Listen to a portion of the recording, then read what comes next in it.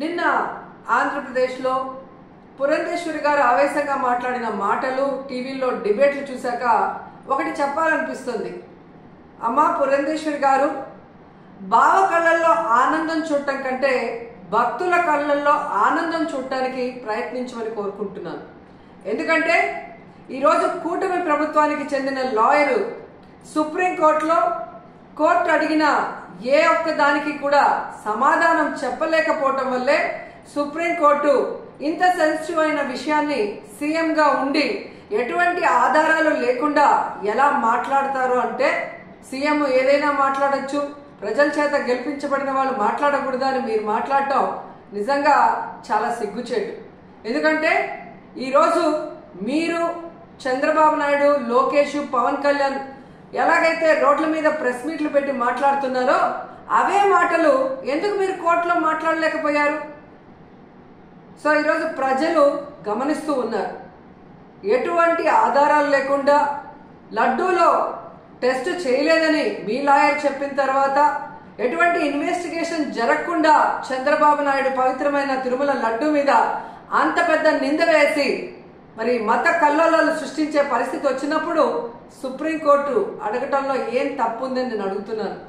ఈరోజు మీరు బీజేపీ రాష్ట్ర అధ్యక్షురాలా ఆంధ్రప్రదేశ్కి, లేక తెలుగుదేశం పార్టీ రాష్ట్ర అధ్యక్షురాలా, ఎవరికి అర్థం కాని పరిస్థితికి వచ్చింది.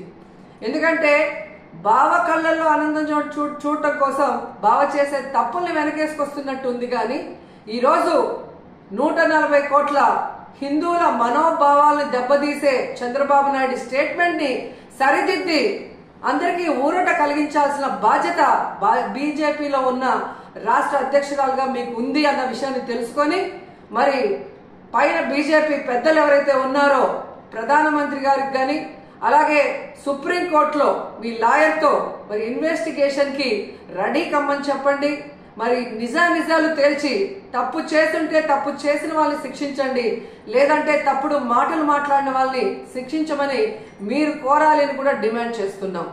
ఎందుకంటే ఈరోజు ఒక తిరుపతి అమ్మాయిగా తిరుపతి మీద ఇంత అప్రతిష్ట తెచ్చే విధంగా చంద్రబాబు నాయుడు ఒక ముఖ్యమైన సీఎం పోస్ట్ లో ఉండి ఎటువంటి ఆధారాలు లేకుండా, ఎటువంటి టెస్టులు చేయకుండా మాట్లాడటం కరెక్ట్ కాదని కూడా ఈ సందర్భంగా తెలియజేసుకుంటున్నాం.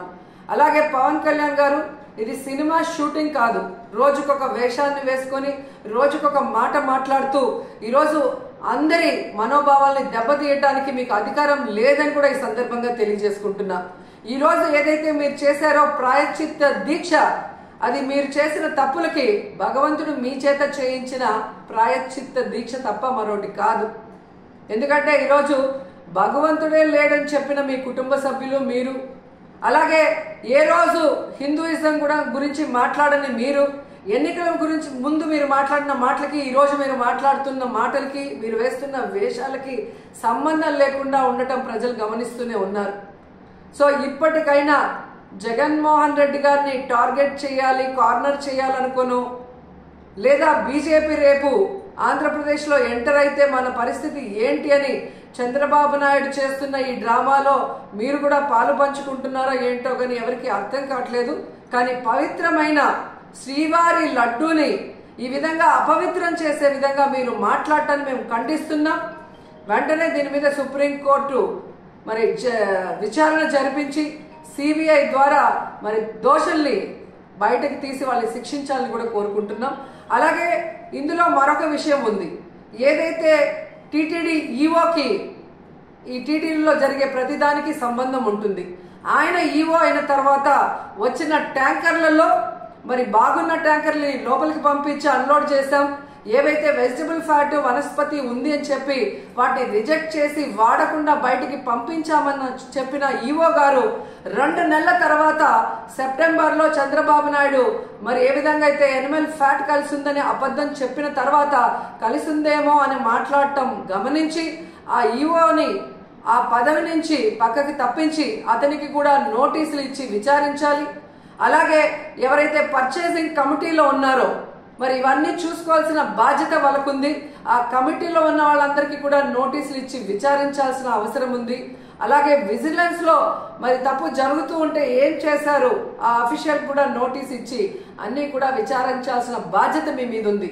ఎందుకంటే ఈరోజు చంద్రబాబు నాయుడు, పవన్ కళ్యాణ్ అపోజిషన్లో లేరు. అపోజిషన్లో ఉండి మాట్లాడింటే ఓకే అని చెప్పి ఎవరైనా కూడా మీ మాటలు నమ్మే అవకాశం ఉంటుంది. కానీ ఈరోజు మీరు అధికారంలో ఉండి విచారించాల్సిన అధికారం మీ చేతిలో పెట్టుకొని ఈరోజు ఆధారాలు సేకరించాల్సిన బాధ్యత మీ దగ్గర ఉండి కూడా అవేవి చేయకుండా కేవలం జగన్మోహన్ రెడ్డి గారి మీద నిందలు వేయాలి, వైఎస్ఆర్సీపీ అనేది లేకుండా చేయాలి అన్న ఒక కాన్సెప్ట్తో మీరు ముందుకు వెళ్ళటం వల్లే ఈరోజు అది బ్యాక్ ఫైర్ అయ్యి మీరు చెప్తున్న అబద్ధాలు ప్రజలందరూ కూడా గమనించే పరిస్థితి వచ్చిందని కూడా ఈ సందర్భంగా తెలియజేసుకుంటున్నాం. సో ఇప్పటికైనా శ్రీవారి పవిత్రమైన లడ్డు జోలికి పోకుండా మీరు ఇకనైనా ఈ డ్రామాలు ఆపితే బాగుంటుంది.